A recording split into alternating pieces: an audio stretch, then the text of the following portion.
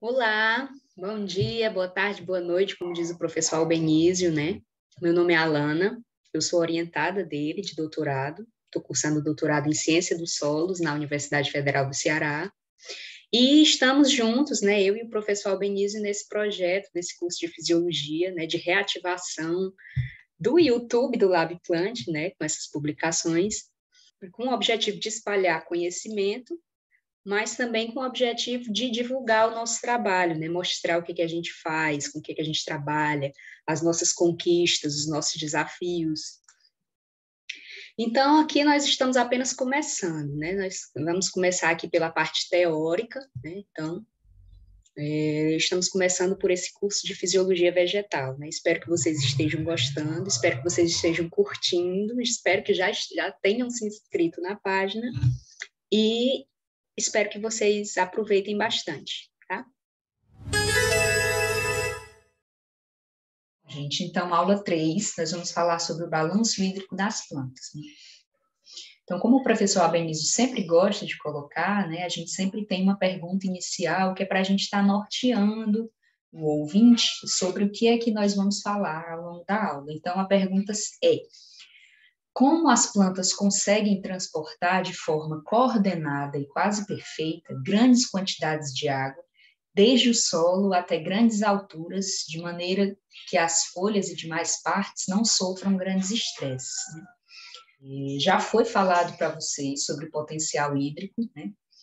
Para que a gente tenha um entendimento, né, de como a água passa do solo para dentro das raízes para o xilema, do xilema para as folhas e das folhas para a atmosfera novamente. Então, hoje nós vamos detalhar mais, né, nós vamos falar bem a fundo sobre como esse transporte acontece. Então, inicialmente, eu trouxe aqui essa imagem falando do ciclo da água. Eu gosto de falar desse ciclo começando sempre aqui pelo oceano, né? Apesar de ser um ciclo, né, eu gosto de começar a olhar por aqui, né, que é onde a maior parte da água está armazenada. Então, essa água dos oceanos, ela vai sofrer uma evaporação devido à radiação proveniente do Sol, né, devido ao aquecimento. Então, essa água ela vai passar da forma líquida para a forma gasosa, né, e esse processo, esse fenômeno é chamado de evaporação. E aí, aqui na atmosfera, ela vai sofrer a condensação. A condensação é a passagem da água da forma de vapor novamente para a forma líquida, né? E aí, quando essa água se condensa, ela vai precipitar novamente. E essa precipitação, ela pode estar acontecendo tanto aqui novamente no oceano, né, de forma que esse ciclo, ele permanece aqui no oceano, né, de evaporação e condensação da água, ou essa precipitação, ela pode também estar vindo a acontecer aqui no continente. Quando essa água ela cai no continente, na forma de chuva, né, precipitação, ela pode estar se armazenando de diversas formas, né? Inicialmente, ela pode estar se armazenando na forma de gelo, aqui, né, nas montanhas, né, nesses picos, nas regiões mais frias. Ela pode também escoar superficialmente. Esse escoamento vai dar origem aos rios, né? Essa água ela pode também infiltrar no solo, né, e abastecer aqui o armazenamento de água subterrânea. Essa água pode ainda estar evapotranspirando ou evaporando diretamente do solo. O que é a evapotranspiração? A evapotranspiração é a evaporação da água que passou por dentro da planta. A transpiração, assim como em nós, animais, né, a transpiração é a perda de água na forma de suor, né? A gente transpira, a gente sua. As plantas também transpiram, elas perdem água na forma de vapor, né? E essa transpiração, ela tem uma importância também no resfriamento das folhas, né? A planta está ali, por ser um organismo séssil, ela está submetida a condições muito adversas, né? Então, ela está ali sofrendo radiação, ela está ali naquele calor o dia inteiro e ela precisa, de alguma forma, aliviar essa quentura, né? Então, as plantas transpiram também como uma forma de dissipação de calor, tá? Então, esse é o ciclo da água, né? Ela está o tempo inteiro, planeta, ele possui a mesma quantidade de água sempre, né? Mas essa água ela pode se encontrar em diversas formas. Ela pode estar na forma líquida, aqui nos oceanos, nos rios, no subterrâneo.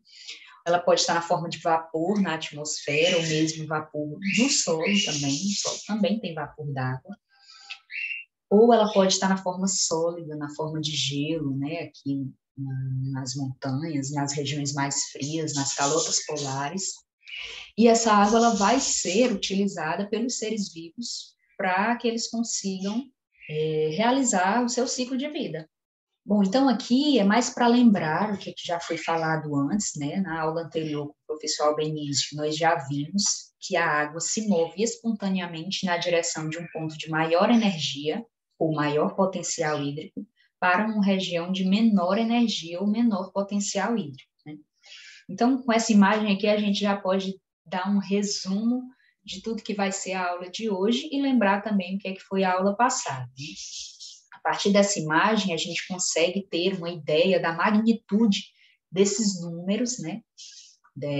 Desse potencial hídrico em cada região da planta, no solo, na raiz, ou no xilema, na folha, na atmosfera, tá?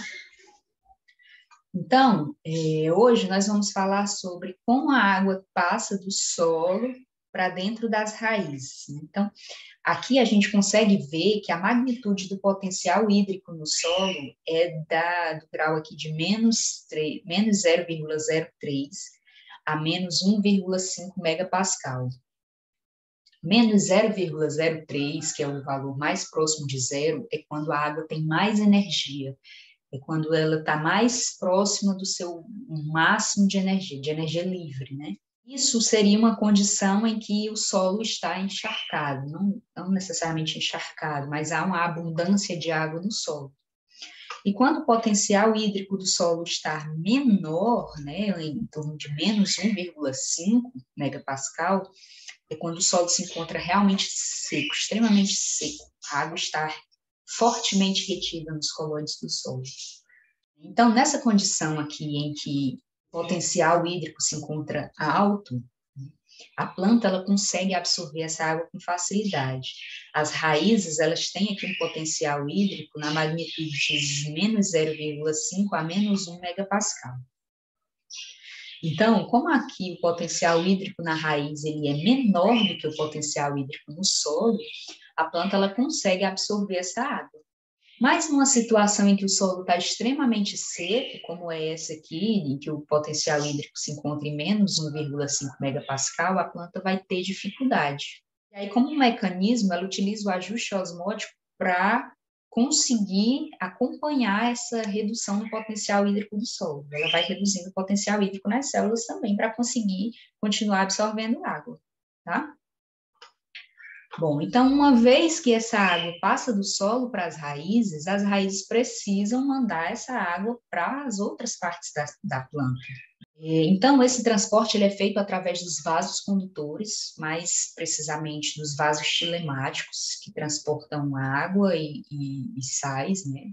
O xilema, ele é constituído por vasos, por células ocas, né? Nós vamos ver, são células, elas perdem o seu conteúdo celular para que a água consiga fluir mais facilmente, né, para que apresente um menor impedimento para a entrada de água. Então, a gente consegue ver aqui que nas folhas, o potencial hídrico tem a magnitude de menos 0,8 a menos 2 megapascal. Devido a esse potencial hídrico ser menor do que o das raízes, a água vai conseguir subir seguindo esse gradiente de potencial. Mas o que gera esse potencial hídrico nas folhas? Esse fenômeno de passagem de água da forma líquida para a forma de vapor, saindo da folha através dos poros estomáticos e chegando à atmosfera, é o fenômeno denominado de transpiração. A gente consegue ver aqui que a atmosfera ela tem um déficit hídrico muito grande, né? Da magnitude de menos 30 a menos 180 megapascal, de forma que mesmo que a planta não queira, aquela água vai ser perdida para a atmosfera. Então, ela pode passar diretamente do solo para a atmosfera na forma de evaporação, como nós vimos no ciclo da água, mas ela também pode passar por dentro da planta e evaporar, né? Evapotranspirar, que é como nós chamamos, diretamente da folha para a atmosfera, devido a esse grande déficit hídrico que a atmosfera possui. Essa passagem de água, ela vai se dar através de estruturas denominadas estômatos, que são estruturas presentes nas folhas, normalmente na superfície abaxial, mas elas podem também estar na superfície de cima. Essas estruturas, elas são responsáveis por fazer as trocas gasosas da planta. Vocês já devem ter ouvido falar de fotossíntese. A fotossíntese é um fenômeno que a planta consegue realizar, no qual ela capta o gás carbônico presente na atmosfera e o incorpora e o assimila em compostos orgânicos e também em estruturas de carbono, né, para favorecer o crescimento da planta. E para que esse gás carbônico entre na planta, né, ele precisa passar por dentro, ele precisa passar por essas estruturas que são os estômatos. Quando essa estrutura se abre para que o gás carbônico entre, ela acaba permitindo também que a água saia em grandes quantidades. Nós vamos ver mais na frente. Bom, então a gente está vendo aqui que a atmosfera ela tem essa magnitude muito grande de potencial hídrico extremamente baixo, né? E isso também vai gerar o que a gente chama de pressão negativa, né? Ou vai gerar uma tensão. Esse potencial hídrico muito baixo, ele vai forçar a água a ser transpirada da folha para a atmosfera, gerando aqui um déficit, né? Ou seja, o potencial hídrico aqui vai diminuir mais ainda. Né? Ele vai chegar aqui mais próximo do -2. Vai sugar a água de células vizinhas aqui, claro, mas também diretamente do xilema, porque é uma região que apresenta um transporte, uma resistência ao transporte de água muito baixa. Então, a maior parte da água ela vai vir daqui do xilema, gerando um déficit nas raízes, né, fazendo com que a água do solo se movimente para dentro das raízes. Então, a atmosfera ela é um grande motor para a absorção de água, né? Ela vai ser a força motriz para que esse fluxo continue acontecendo, né? Pode acontecer também, como nós vamos ver, a pressão positiva, né? Quando o potencial hídrico do solo é muito alto, né? Então ele acaba empurrando essa água raiz adentro, até chegar nas folhas. E nós vamos ver mais na frente também que essa pressão positiva é a responsável pelo fenômeno da agutação, né? A gente vê a formação de orvalho nas folhas. Mas vamos dar seguimento. Então, inicialmente, nós vamos falar sobre a água no solo. Aqui nessa imagem a gente consegue ver, imaginem que isso aqui é uma raiz, isso aqui é um pelo radicular, né? Essas células da raiz, elas conseguem se modificar formando esses pelos, né? De forma a aumentar a superfície de absorção de água, aumentar a superfície específica das raízes. E aqui é o solo, né? Imaginem que o solo ele tem partículas de diferentes tamanhos, diferentes diâmetros, né? Existem as partículas maiores, que são chamadas de areia, que elas têm uma menor área específica. Nós temos as partículas menores, que são as partículas de argila, com uma alta área específica, né? Então elas têm uma alta capacidade de retenção de água. E nós temos ainda partículas intermediárias, que não está sendo mostrado aqui nessa imagem, mas são denominadas de silt, né? Uma partícula entre a areia e a argila, um tamanho intermediário, tá? Então, a água, ela fica retida à superfície dessas partículas, né? Então, um solo, quando ele está bem hidratado, né, quando tem muita água, imagine que isso aqui tudo está preenchido por água, o potencial hídrico desse solo ele vai ser elevado, vai ser muito próximo de zero. E à medida que esse pelo radicular ele vai absorvendo essa água, então vão aparecendo essas áreas com ar, né? E esse ar que vai aparecendo torna a água mais difícil de ser absorvida, né? Ele vai contribuir com a redução do potencial hídrico aqui no solo. À medida que o ar vai surgindo, essa água ela vai ficando mais fortemente retida à superfície dos coloides do solo, das partículas do solo, e o seu potencial hídrico ele vai reduzindo muito, de forma que as células, elas precisam realizar o ajuste osmótico para conseguir continuar absorvendo essa água. Quais são os componentes do potencial hídrico no solo? Nós já vimos com o professor Albenísio que o potencial hídrico ele é constituído normalmente de 4 componentes, né? O componente gravitacional, componente de pressão, componente matricial e o componente osmótico, né? No solo, os principais componentes vão ser o componente matricial, né, que está relacionado com a adsorção dessa água à superfície dessas partículas, né? Então, quando não há interface água-ar, o potencial matricial é zero, e o que existe é o potencial de pressão. O potencial de pressão está relacionado com a formação de uma coluna de água. Então, à medida que o ar vai aparecendo na superfície do solo, o potencial de pressão zero, e o que vai surgir é o potencial matricial, né? Então, à medida que aumentam esses espaços com ar, a água ela vai tendo mais dificuldade para se movimentar no solo, né? Ela vai ter que se movimentar a partir dessas finas películas que ainda continuam existindo, né? Então, torna-se mais difícil absorver essa água, de forma que o potencial matricial ele vai reduzindo a energia livre da água. E um outro componente importante também no solo é o componente osmótico, né? Nós vimos já que o componente osmótico se refere à concentração de solutos no solo, à dissolução de sais nessa água, que vão também retirar energia da água. Quanto mais sais eu tenho dissolvidos na água, na solução do solo, mais negativo esse componente vai ser, de forma que vai tornar o potencial hídrico mais negativo, ou seja, mais difícil de absorver essa água, tá? Então, esses dois são os principais componentes do potencial hídrico no solo, e são eles que vão estar contribuindo para aquela variação no potencial hídrico nessa região, como nós já vimos na primeira imagem, tá?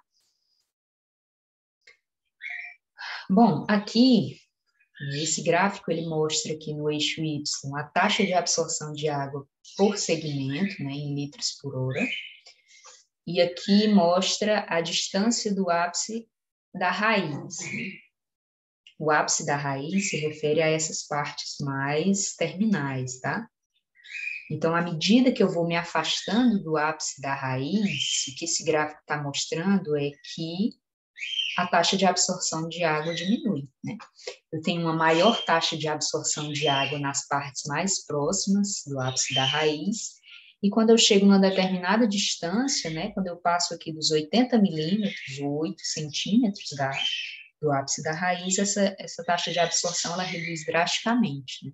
A que se deve essa maior permeabilidade próximo ao ápice e menor permeabilidade à medida que as raízes, digamos assim, são mais velhas, né? Essas regiões mais jovens, né, são regiões que estão em crescimento, elas se apresentam menos suberizadas. O que é o suber? A suberina, ela é uma substância impermeável. Então, à medida que a raiz vai envelhecendo, essa suberina ela vai se acumulando de forma a tornar essa raiz impermeável. E aqui já são regiões da raiz maduras, né? São essas regiões mais velhas, né?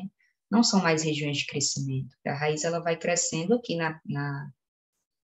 nas partes terminais, né? Vocês viram a coifa, vocês viram a estrutura das raízes com o professor Albenísio. Então, aqui nessa imagem, né, B e C, a gente consegue ver uma raiz, um exemplo de raiz que tem a superfície igualmente permeável, né, tanto nas partes mais jovens quanto nas partes mais velhas. E aí, quando a planta é desse tipo, a gente consegue ver que a maior parte da absorção de água, ela se dá aqui na superfície, né, mais próxima à superfície do solo. Por quê? À medida que vai sendo gerado aquela tensão, né, pela perda de água das folhas para a atmosfera, essa água na folha ela precisa ser reposta. Essa reposição ela vai acontecer a partir das células vizinhas, mas ela também vai acontecer a partir da água proveniente do xilema, porque o xilema é uma via de baixa resistência à passagem de água. Então, muito dessa água vai vir a partir do xilema. E a água que abastece o xilema, ela vem das raízes. Então, a parte da raiz que vai absorver mais água é a parte que entra em contato com o xilema primeiro, é a parte que sente primeiro essa tensão, que são as partes mais altas da raiz. Né? E aí, o que é de tensão que vai chegar aqui? Quase nada. Por quê? Porque essa tensão já foi aliviada a partir dessa água que está mais aqui próximo às regiões mais altas da raiz, tá? Diferente do que acontece com uma raiz que apresenta apenas a zona próxima ao ápice da raiz permeável. Nesse caso, essa tensão gerada no xilema a partir das folhas, ela vai se estender até a ponta das raízes, porque não vai ser abastecida nenhuma água aqui nessas regiões mais velhas. Então, a tensão, ela consegue ir até a ponta das raízes, fazendo com que a água entre nessas regiões. Uma vez que essas regiões mais velhas, elas são mais suberizadas, né? Ou seja, elas são impermeáveis, tá? Bom, e como é que ocorre a absorção da água? De que forma a água pode passar do solo para as raízes e das raízes para o xilema? Né? Então, aqui a gente vai ver quais são as rotas de absorção da água. Então, aqui nós temos uma planta, nós temos um corte aqui da raiz, e aí a gente tem uma ampliação dessa imagem. Né? Aqui nós temos as células da epiderme, né, que é a camada mais externa da derme. Nós temos aqui as células do parênquima cortical, e aqui nós vamos ter as células da endoderme, que é a camada mais interna da derme, tá? Dentro da derme, nós vamos ter aqui, dentro da endoderme, nós vamos ter os vasos, né? Esses azuis aqui vão ser o floema, que é o responsável por conduzir a seiva elaborada, né? Para nutrir as diversas partes da planta. E essa parte mais interna são os vasos xilemáticos, que são responsáveis por conduzir a água e nutrientes a partir do solo para as demais partes da planta, também chamado de seiva bruta, tá? Então, como é que a água entra? Né? Ela pode seguir 3 rotas. A primeira rota que nós vamos falar é a rota simplástica. A rota simplástica, a água penetra aqui nos pelos radiculares, e ela vai passando por dentro das células, então ela entra, ela atravessa a membrana, e ela vai passando por dentro das células, tá vendo? Essa linha preta significa a rota simplástica. Mas ela vai atravessando de célula a célula, passando por dentro dos plasmodesmos, tá vendo? Os plasmodesmos, como vocês já viram com o professor Albenizio, são estruturas presentes nas células que vão conectar aqui os citoplasmas. De forma que essa água ela vem passando aqui por dentro das células, atravessa a endoderme, aqui no caso ela atravessa a membrana, tá vendo? Até chegar aqui ao xilema, e vai transportar essa água e esses nutrientes, os nutrientes vêm junto da água, tá? Para as diversas partes da planta. Uma segunda rota é também chamada de transmembrana. Qual é a diferença da rota transmembrana para a rota simplástica? A rota transmembrana é assim azul. Ela também vai penetrar aqui nos pelos radiculares, mas ela não vem passando pelos plasmodesmos como a imagem, como a simplástica. Ela vem passando, atravessando as membranas mesmo. Ou então ela vai entrar, atravessar a membrana para entrar e vai atravessar a membrana para sair, né? E da mesma forma acontece aqui na endoderme, na camada da endoderme. Ela atravessa essa camada e vem atingir aqui a célulinha vermelha, que são as células do xilema. A rota apoplástica, ela já é diferente. Ela vai passar por fora, ela vai passar aqui por meio das lamelas, ela vem por fora do conteúdo celular, ela não entra na célula, tá? Ela vem entre as paredes celulares até chegar aqui. Chegou na endoderme, a endoderme ela vai apresentar uma resistência à passagem dessa água. Por quê? A endoderme, ela apresenta essas estruturas chamadas estrias de Caspary, que são impermeáveis. Elas não permitem que a água passe por entre essas paredes celulares, ela não permite. De forma que, para que a água passe daqui, para os vasos xilemáticos, ela vai precisar passar por dentro da célula. Ou seja, ela vai ter que vir via rota simplástica e transmembranar. Então, mais uma vez, só para a gente fixar, a rota simplástica, a água vai passar por dentro das células e vai se movendo através dos plasmodesmas até chegar no xilema. A rota transmembrana, ela vai também passar por dentro das células, mas ela vai atravessar a membrana para entrar e para sair para outra célula, até chegar no xilema. E a rota apoplástica, a água ela vai margeando as células, ela vem passando por entre as paredes celulares, através da lamela, e ela não consegue atravessar a endoderme por essa rota, tá? Ela precisa passar por dentro da célula para conseguir chegar ao xilema. A existência dessas rotas não implica que a água tenha que escolher uma delas para fazer esse percurso, tá? Pode ocorrer as três numa mesma absorção. De que forma? A água ela pode entrar aqui nesse pelo radicular e ir andando aqui pela via apoplástica. De repente, ao chegar aqui, o potencial hídrico dessa célula está muito baixo, ou seja, essa célula está precisando de água. Então, essa água aqui, que vinha margeando, ela vai atravessar a membrana aqui. Então, já é uma rota transmembrana, né? E aí, de repente, essa célula também está precisando de água. E aí, essa água que entrou, que saiu do apoplásto aqui, entrou aqui via transmembranar, vai passar para cá via simplasto. E aí, essa aqui também está precisando de água, transmembrana. Aí, sei lá, de repente, essa aqui está precisando. Aí, a água sai aqui e entra aqui no apoplásto novamente. Apoplásto. Tá? Então, a água ela pode seguir diversas rotas, né? Ela pode estar alternando essas rotas. O que não pode acontecer é essa água passar daqui para o xilema via apoplasta, aí não pode. Ela vai ter que passar por dentro da célula, tá? Isso é até uma forma da planta se proteger contra a perda de água. Uma vez que o potencial hídrico do solo pode ficar muito negativo, e aí isso faria com que a água saísse, né, do xilema, né, como a água tende a ir de onde há um maior para um menor potencial hídrico, se o potencial hídrico do solo fica muito negativo, essa água viria de dentro da planta para fora. Então, essas estrias de casca, elas impedem que essa água passe daqui para cá. Aqui nós temos uma imagem mostrando um fenômeno conhecido por gutação. Muitos de vocês já devem ter visto isso, né? De manhãzinha cedo, quando a gente acorda, naquele dia frio, a umidade está alta. Não choveu, mas as plantas estão molhadas. A gente consegue ver as folhas molhadas. Eu já falei para vocês um pouco sobre o ajuste osmótico, né? Então, o xilema, ele pode, eventualmente, realizar esse ajuste osmótico, né? De forma que ele vai acumular solutos. E aí, o potencial osmótico nessa região ele vai se tornar muito baixo, fazendo com que a água se mova do solo para a raiz, para o xilema, né? Mas pode acontecer de o ar estar com uma umidade muito alta e a taxa de transpiração não está sendo grande o suficiente para suprir, e aí a água ela vai sair na forma líquida ainda, ela não vai sair na forma de vapor, que é a transpiração. Ela vai sair na forma líquida, que é a forma de gutação.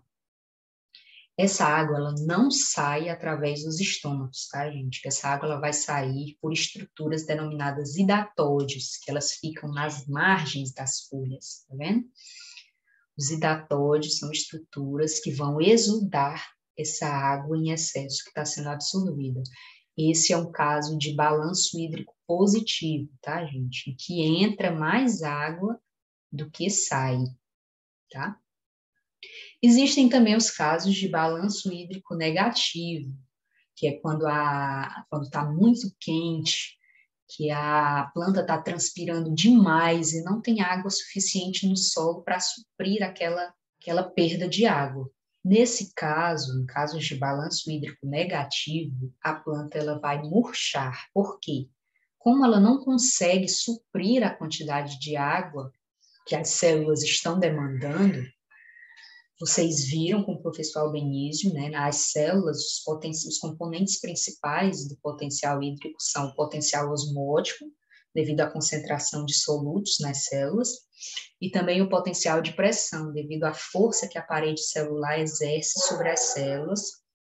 Em casos que a célula não apresenta conteúdo de água suficiente para manter a célula túrgida, essa célula ela vai murchar, né? Ela não vai ter água suficiente, ela não vai ficar túrgida. Quando ela não está túrgida, a gente diz que ela está murcha, tá? Esse murchamento é a nível celular, né? Uma redução do potencial de pressão. O que a gente consegue ver, né, é o murchamento das folhas, é o murchamento da planta, tá bom? Bom, agora nós vamos conhecer um pouco da anatomia do xilema, né? O xilema, que tem essas estruturas especializadas no transporte de grandes quantidades de água. Como eu havia falado antes, o xilema ele é constituído de células mortas, células ocas, né, que não oferecem resistência ao transporte de água. Tá? As principais células vão ser os traqueídeos, que são esses condutos mais longos, e os elementos de vaso, que são esses menores, tá? Então, essas células, elas têm uma parede celular secundária bastante espessa e lignificada, de forma que confere a esses condutos uma resistência muito grande a grandes tensões, tá? Então, imagine um canudinho, você está tomando um refrigerante, e aí você suga com muita força, você vai ver que, como o canudinho é muito flexível, as paredes do canudo elas vão se unir. O xilema, ele não permite que essas paredes se unam, né, devido a essas paredes bastante lignificadas. Então, as principais células do xilema são os traqueídeos, que são essas bem compridas, né, parecem canudinhos, e os elementos de vaso, que são esses menores, né, que eles apresentam aqui essa placa de perfuração, que permite que essas células sejam empilhadas, formando condutos bem longos, que são chamados de vasos, tá? Então, os traqueídeos e os elementos de vaso, os vasos do xilema, têm essas paredes secundárias bastante lignificadas justamente para que isso não ocorra, para que eles não colapsem, tá? Com as grandes tensões de ar que são geradas, né, nesses vasos. A gente consegue ver que eles têm aqui essas pontuações. Nessas pontuações, não existe parede celular secundária, tá, gente? Existe só a parede celular primária. E através dessas pontuações, esse vaso, esse traqueide consegue se conectar a esse, e a água ela consegue se mover daqui para cá livremente, tá? Então, essas pontuações, ela vai ter aqui a parede celular primária, essa aqui também vai ter parede celular primária e a lamela média no meio, permitindo a passagem de água de um traqueide para o outro, da mesma forma que nos elementos de vaso, tá? Essas estruturas, elas têm uma função de impedir o fenômeno da embolia, que nós vamos ver daqui a pouco. Bem, foi falado que algumas plantas conseguem desenvolver a pressão positiva na raiz, né, devido a fatores de potencial hídrico no solo muito elevado. Também pode acontecer por acúmulo de sais no xilema, né, que reduz o potencial hídrico no xilema, fazendo com que haja esse fluxo da água solo, raiz, xilema. Porém, normalmente, essa pressão positiva, ela não é suficiente para levar a água do solo até a parte aérea. Então, a planta ela precisou adotar outras estratégias. Essa estratégia é a geração da pressão negativa nas folhas, que eu já havia falado rapidamente, e pode ser explicada pela teoria da coesão-tensão. Como é que isso acontece? Essa pressão negativa ela vai ser uma consequência da transpiração. Né? Quando a planta ela abre os estômatos para assimilar o gás carbônico, ela perde vapor d'água para a atmosfera, também pelos estômatos, tá? Então, a água presente na superfície das paredes celulares, ela vai passando para fora da folha a partir dos estômatos, tá? E aí isso vai gerando um déficit hídrico aqui nessas regiões, como eu havia falado antes, tá? E aí essa água ela vai sendo abastecida a partir da água dessas células vizinhas, mas ela pode vir também do xilema, que é, como eu já havia mencionado, uma via de transporte de grandes quantidades de água com baixa resistência, tá? Quando essa água sai, né, há uma redução no potencial matricial nessa região. Lembrem que quando há interface água-ar, nós falamos de potencial matricial. Quando há somente água sem ar, é potencial de pressão, tá? Então, quando há uma redução nessa umidade, uma redução no potencial matricial, fazendo com que o potencial hídrico se torne mais negativo, e com isso a água vem de um local com potencial hídrico maior para essa região. Porém, como o xilema é um conduto de baixa resistência, essa tensão vai se estender até as raízes, fazendo com que a água suba. Para que essa absorção aconteça, deve haver um contínuo da folha até o solo, totalmente preenchido por água, né? Então, os vasos xilemáticos, eles têm que estar totalmente preenchidos por água. Não pode haver ar, tá bom?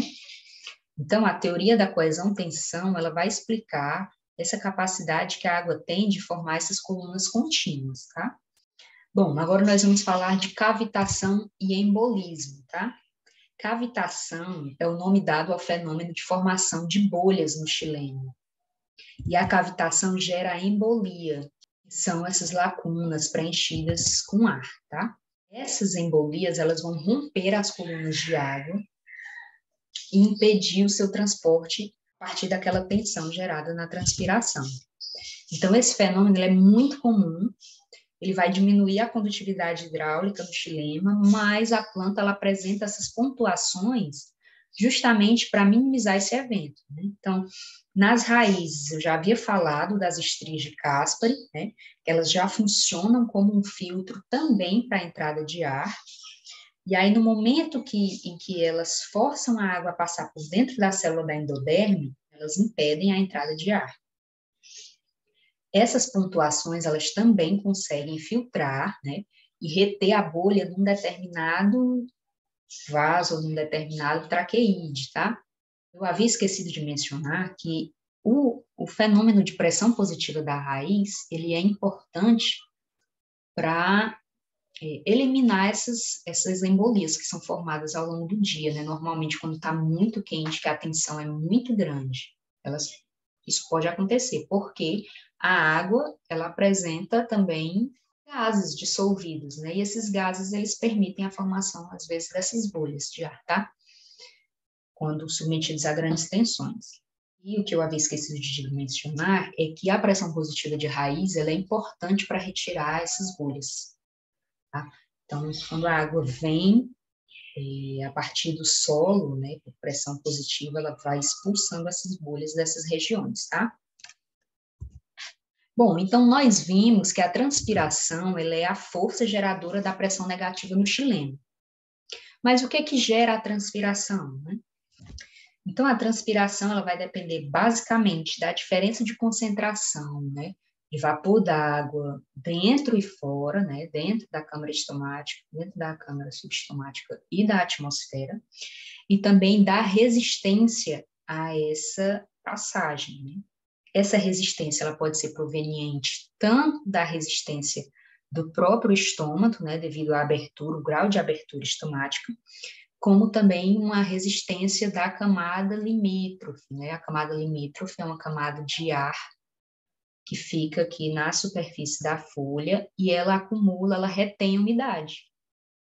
Então, quanto mais grossa essa camada for, maior vai ser a resistência dessa saída, né, de água.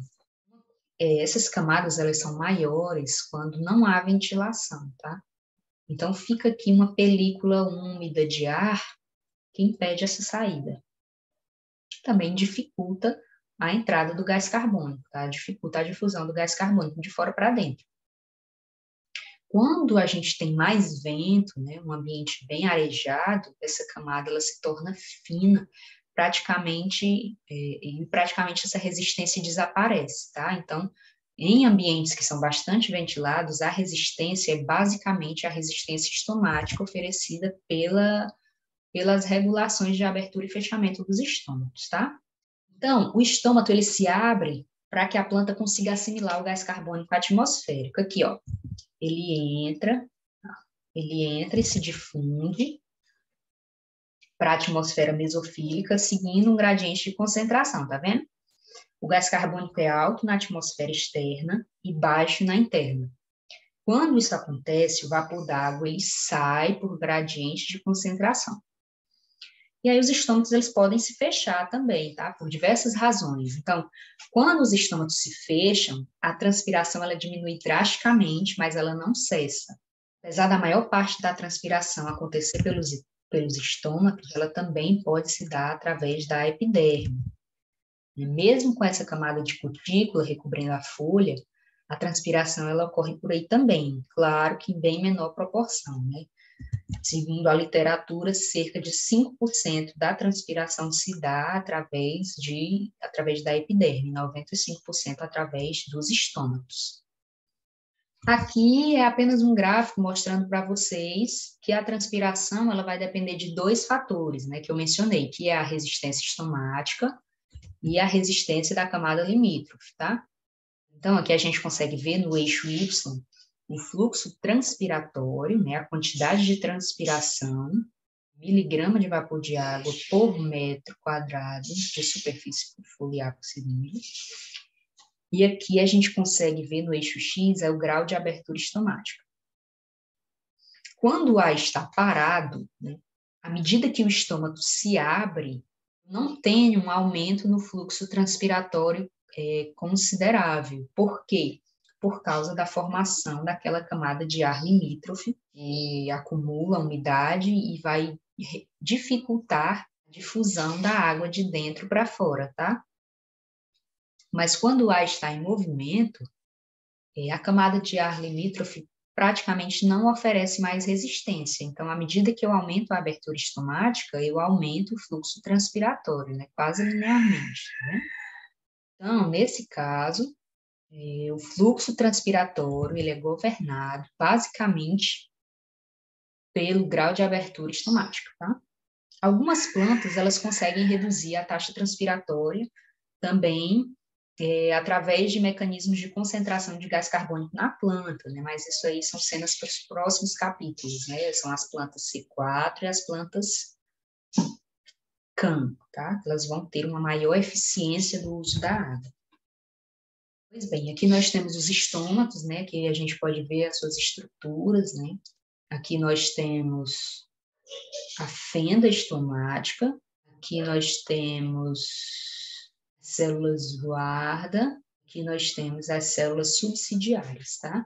Então, essas duas formas aqui são as formas mais comuns, né? Nós temos aqui as formas de halteres, que está mais presente em gramíneas, e nós temos a forma de rim, né? Que está presente nas demais plantas. Então, essas células, elas apresentam aqui de lado as células subsidiárias, que tem uma função de auxiliar no controle da abertura e fechamento da fenda, né, ou do poro estomático, mas elas também podem estar circundadas aqui, ó, por células epidérmicas normais, tá? Essas células, elas vão apresentar essas microfibrilas de celulose dispostas radialmente, né, fazendo com que a parede interna ela seja mais espessa que a parede externa. Então, a gente consegue ver aqui essas paredes bem espessas, né? E aí, quando a célula guarda aumenta de volume, essa parte externa aqui vai se expandir mais e essa parte interna vai se expandir menos, né? Fazendo com que ela abra essa fenda, né?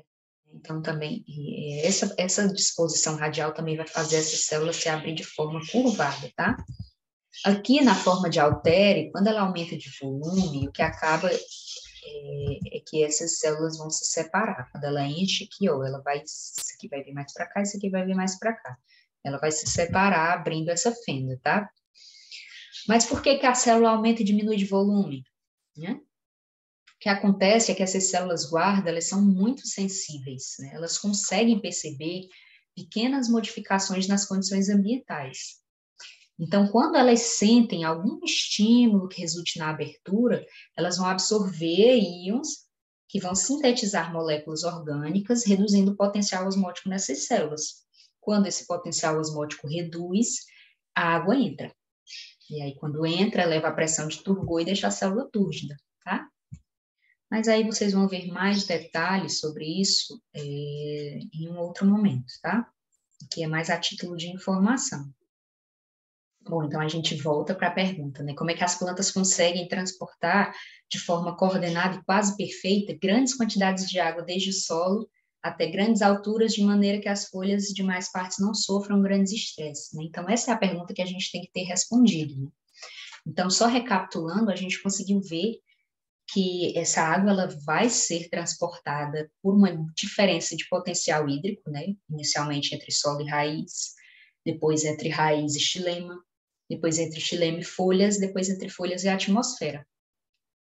E aí essa diferença de potencial hídrico, né, como nós vimos também no início da aula, a magnitude do potencial hídrico na atmosfera, esse grande déficit, ele vai gerar uma tensão negativa, né, nas folhas, né, inicialmente, né, porque ele vai fazer com que essa água saia da folha, seja transpirada para a atmosfera, e isso vai gerar um fluxo voltando que vai chegar até as raízes, né? Então, essa água que é perdida aqui na folha, ela vai ter que ser reposta, ela é reposta pela água presente nas células vizinhas, mas principalmente pela água do xilema, né, que, como nós vimos, é um conduto de baixa resistência ao transporte de água. E aí essa água, essa tensão, ela vai se estender até as raízes, de forma que ela vai demandar que a água do solo entre nas raízes para suprir a necessidade hídrica nas folhas gerada pelo grande déficit de água na atmosfera, tá? Então, é dessa forma que as plantas conseguem fazer esse transporte de água, tá, gente?